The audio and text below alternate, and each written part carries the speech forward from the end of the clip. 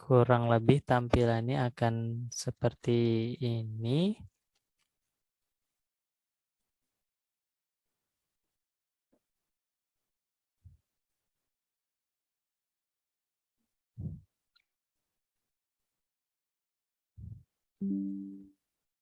Nah, nanti bisa terlihat siapa saja yang sudah join. Sudah ada 3, ada Ayunda, Rapta Naria Sinurat, Wanda Wulandari. Masih ditunggu yang lain. Sebelum saya menjelaskan lebih lanjut, bisa dicek dulu ya. Ada Rizky Khairul, Mishaida, Carla.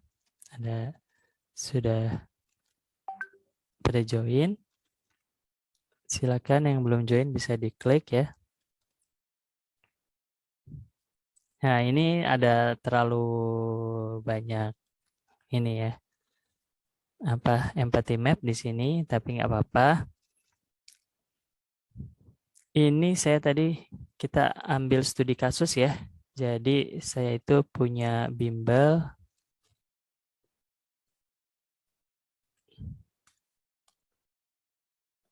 Nah, ini di daerah Jalan Balai Pustaka ya, namanya bimbel Raja Prestasi di sekitar Rawamangun ya. Awalnya saya waktu lulus kuliah, dulu fokusnya di bimbel. Nah, kemudian kita ambil bimbel tersebut sebagai studi kasus ya. Tadi di sini ada cara menggunakan di bagian paling kiri ya, say and do, think and feel, hear, see, pain, gain. Di sini ada contohnya dari bimbel yang studi kasus yang kita coba angkat. Dan juga di bawahnya ada beberapa contoh studi kasus yang lainnya ya. Nah, ini bisa kalian lihat. Alhamdulillah sudah ada 31 dan terus meningkat. Silahkan yang belum join. Nah, ini sebenarnya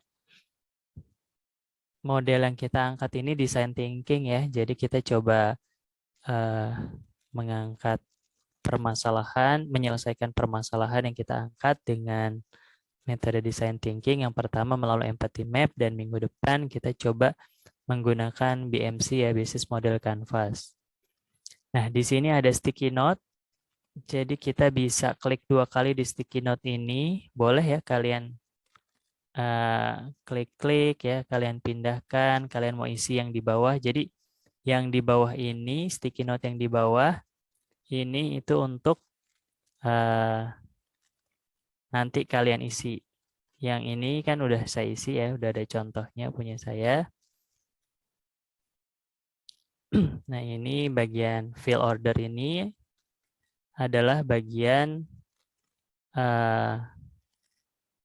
tools cara menggunakannya. Kemudian di sini ada empathy map studi kasus. Tadi misalnya kita coba angkat permasalahan yang ada di bimbel. Di sini ada masing-masing nanti bisa mengisi ya. Nah, kita coba bahas studi kasusnya dulu.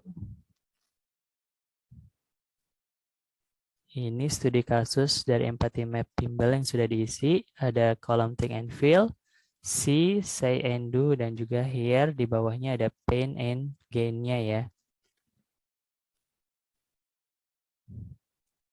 Nah, kalau kita lihat di sini di bimbel yang studi kasusnya bimbel yang saya angkat tadi ya. Ini bimbel pada umumnya. Di bagian C-nya ini banyak berita tentang UN ya ditiadakan. Kemudian ya, sekolahnya online. Nah, kemudian bimbel sepi ya terlihat ya kan kalau kalian lihat ke bimbel-bimbel sekitar rumah kalian mungkin ada bimbel tapi bimbelnya sepi misalnya seperti itu. Nah, ini bisa juga dilihat dari sosmed-sosmed yang ada di bimbel. Tampilan bimbel sekarang ini lebih banyak seperti bimbel online ya, Ruang Guru, Zenius, dan lain sebagainya itu lebih berkembang dibandingkan dengan bimbel konvensional. Mereka uh, mulai terlihat ya di publik ya melalui sosmednya, aplikasinya, dan sebagainya. Nah, kemudian di think and feel-nya masalah berkaitan dengan bimbel atau pendidikan ini ya khususnya ke bimbel ada yang bilang semangat belajar kalau kita ikut bimbel udah keluar uang jadi lebih niat belajarnya kira-kira begitu. Nah, kemudian ada juga responden yang bilang senang punya teman ya. Biasanya teman di bimbel itu beda, maksudnya menjadi teman baru juga dengan teman di sekolah misalnya di kampus. Nah, itu kan beda. Nah, kemudian ada juga yang mengatakan bimbel sekarang ini merasa ya kurang berdampak. Jadi ngerasain ya bimbelnya lebih ke arah ngejar sertifikat atau nilai eh, nggak seperti zaman dulu ya karena sekarang kan eh, selain masa kondisi pandemi kegiatan bimbel online bimbel-bimbel lebih diarahkan ke online juga. Kemudian, nah ini dirasa kurang berdampak. Jadi feel belajarnya itu kurang dapat adabnya, karakternya, nilai-nilai pembelajarannya ya. Bisa aja kan tadi ya hanya sekedar join Zoom, tapi nggak kelihatan aktivitas pembelajarannya itu jadi merasa kurang berdampak. Ada juga merasa pembelajarannya nggak efektif ya. Nah ini think and feel. Lalu dilihat dari here-nya ada diskon di bimbel ya, banyak yang mengeluarkan diskon-diskon, kemudian ikut bimbel nggak ngaruh. Nah, ini berdasarkan orang lain merasa menjelaskan bahwa dia ikut bimbel tapi ya nggak berdampak gitu ya, karena tadi bimbelnya online. Lalu dapat beritanya dari mana? Dengarnya dari mana? Dari berita WA Group ya. Nah, ini dengarnya. Jadi kita dapat toolsnya juga nih. Oh ternyata kalau mau nyebarin berita biar didengar sama orang-orang dari grup WA misalnya seperti itu. Di Say Endu-nya yang mereka katakan sekarang banyak bimbel online, bimbel tentang skill, kemudian bimbel khusus. Nah ini jadi banyak bimbel yang sekarang ini sudah mulai fokus ya, sudah ada yang ke arah masuk kampus ya. Mungkin kalian pernah ikut atau bimbel jalur prestasi, misalnya eh, kegiatan-kegiatan olimpiade ya. Nah, itu bimbel yang sangat spesifik atau bimbel yang sifatnya lebih ke arah ekstrakurikuler ya, bimbel khusus. Nah, pain-nya bimbel dianggap nggak terlalu penting. Nah, ini buat masyarakat merasa jadi ada biaya tambahan dan hasilnya kurang. Gain-nya diperlukan bimbel khusus, perlu inovasi ya. Nah, ini memanfaatkan teknologi, misalnya kita tinggal klik 2 kali, kemudian diisi aja nih. Nah, jadi cara mengisinya kita tinggal klik di sini. Nah, ini boleh kalian isi namanya ya, bebas ya. Jadi ini kita masih sangat bebas perkenalan ke Miro dulu. Nah, cara ngapusnya jangan nggak mesti dihapus sticky note-nya, tapi kalian bisa klik 2 kali sekali lagi di sticky note-nya klik 2 kali, kemudian kalian boleh tulis nama. Nah, ini sekarang kita mau coba ya. Kalian misalnya bebas, ini nggak main kelompok-kelompokan dulu karena kita belum berkelompok. Silahkan kita fokus di yang ini dulu ya. Di yang sebelah contohnya, sebelah studi kasusnya. Ada ide kita mau mengangkat tema tentang apa?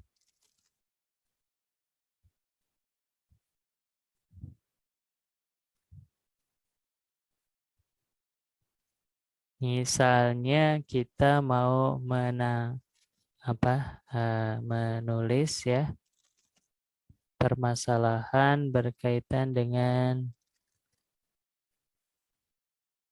misalnya bidang sosial ya. Nah, jadi kita bisa ini sifatnya di mahasiswa berarti ya, sudut pandang mahasiswa. Silahkan pindahkan sticky note-nya bagi yang ingin menulis. Kemudian bisa ditulis think and feel-nya yang kalian rasakan di bidang sosial, berita-berita tentang di media sosial apa aja ya. Kemudian yang kalian lihat, yang kalian ingin katakan, yang kalian dengar dari orang lain, silahkan ditulis ya.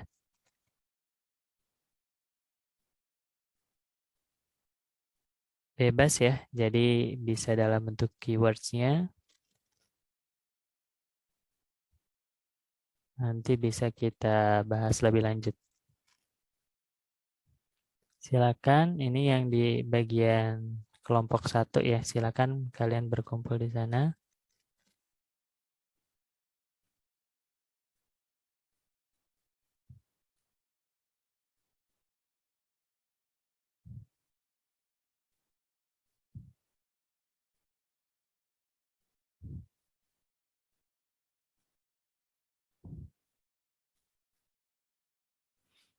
Kira-kira ada isu sosial apa aja?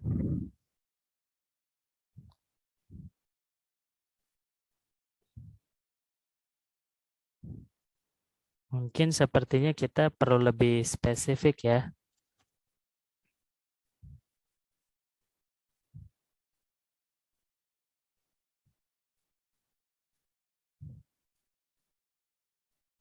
Misalnya kita coba bahas tentang sumbangan sosial ya. Sumbangan sosial. Bisa tentang sedekah, zakat, infak, tentang memberi orang lain ya. Nah ini kira-kira mau nulis apa aja bebas. Ada yang ingin ditanyakan sampai sini?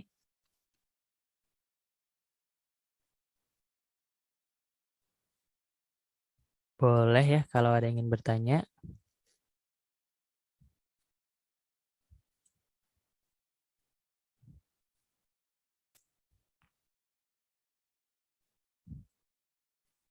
Membantu, empati, peka. Silakan. Nggak mesti yang baik-baik, mungkin bisa juga bahas tentang permasalahan tentang sumbangan sosial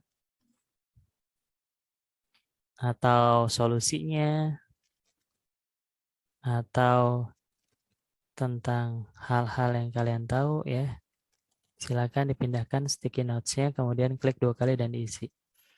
Nah, mungkin sekalian pembelajaran tentang Miro-nya. Jadi di Miro ini nanti kalian bisa perdalam sendiri ya. Kita bisa bikin satu dulu nih, satu sticky note diwarnain atau satu template ya. Template-nya ini juga free, saya cari yang free. Kalian bisa searching ya tentang template-nya yang kalian suka. Nah, ini ada tentang empathy map sudah disediakan. Kemudian kita susun-susun dan bisa di copy paste. Nah, jadi kalau kita blok seperti ini, nah nanti dia bisa lebih mudah dipindahkan, di copy paste ya. Kalau ingin seperti pada umumnya ya, kalau ingin di cancel bisa Ctrl Z, kalau di redonya bisa Ctrl Y. Bisa seperti itu. Nah, ini sistemnya kita berkolaborasi ya.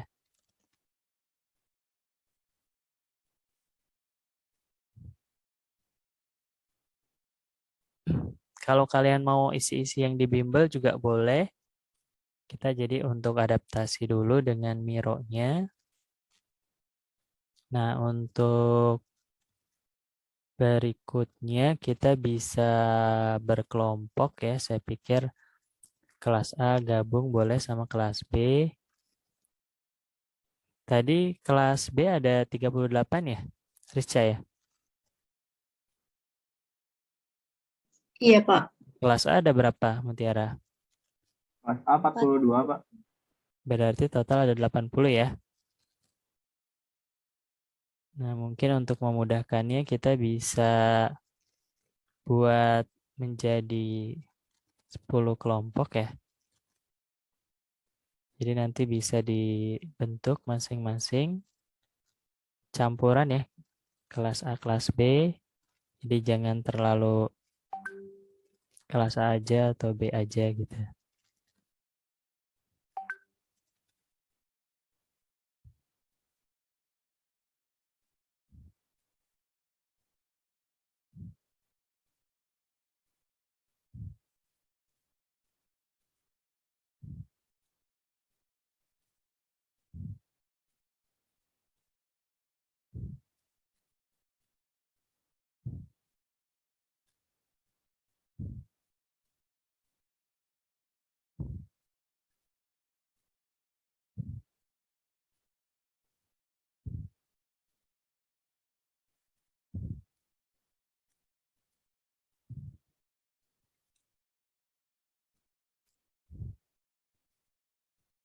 Jadi nanti saya minta ke Mutiara dan Rizca untuk membuat kelompoknya.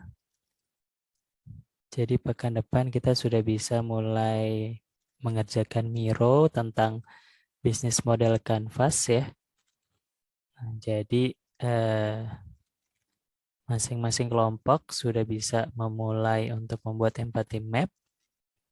Pekan depan kita diskusikan. Lalu baru nanti kita mengerjakan tentang bisnis model Canvas-nya minggu depan aja. Nanti saya jelasin dulu. Jadi untuk tugasnya ini nanti kalian membuat kelompok dan juga masing-masing kelompok membuat empathy map ya. Satu kelompok ada 10 orang, jadi saya pikir banyak. Nah, sekali lagi untuk cara penggunaannya bisa dilihat di bagian yang sebelah kirinya. Kalian bisa mengisi di bagian C-nya, think and feel-nya, hear-nya, say and do-nya. Yang pasti tentukan dulu responden dan juga topiknya. Target audiensnya misalnya mahasiswa, nggak masalah. Kemudian kan mahasiswa generasi milenial, pokoknya yang bisa diskusi dengan teman kalian sendiri ya. Jadi target respondennya sebenarnya kalian sendiri. Mudahnya seperti itu. Nah, terkait dengan permasalahan yang diangkat ini sangat bebas sekali. Kalian mau mengangkat isunya bisa lebih spesifik ya. Tadi kan misalnya sosial, sumbangan sosial, atau yang nantinya itu akan kalian selesaikan masalahnya dengan ide bisnis kalian. Jadi setelah kalian membuat see, think and feel, hear, say and do-nya, kalian tentukan pain and gain-nya sebagai kesimpulan dan endingnya ditentukan dengan ide bisnisnya apa. Bisnisnya sekali lagi nggak mesti yang profit,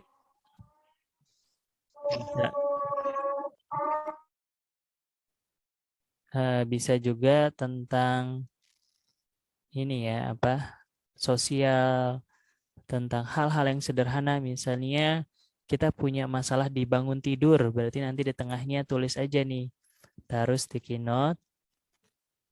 Nah, ini bangun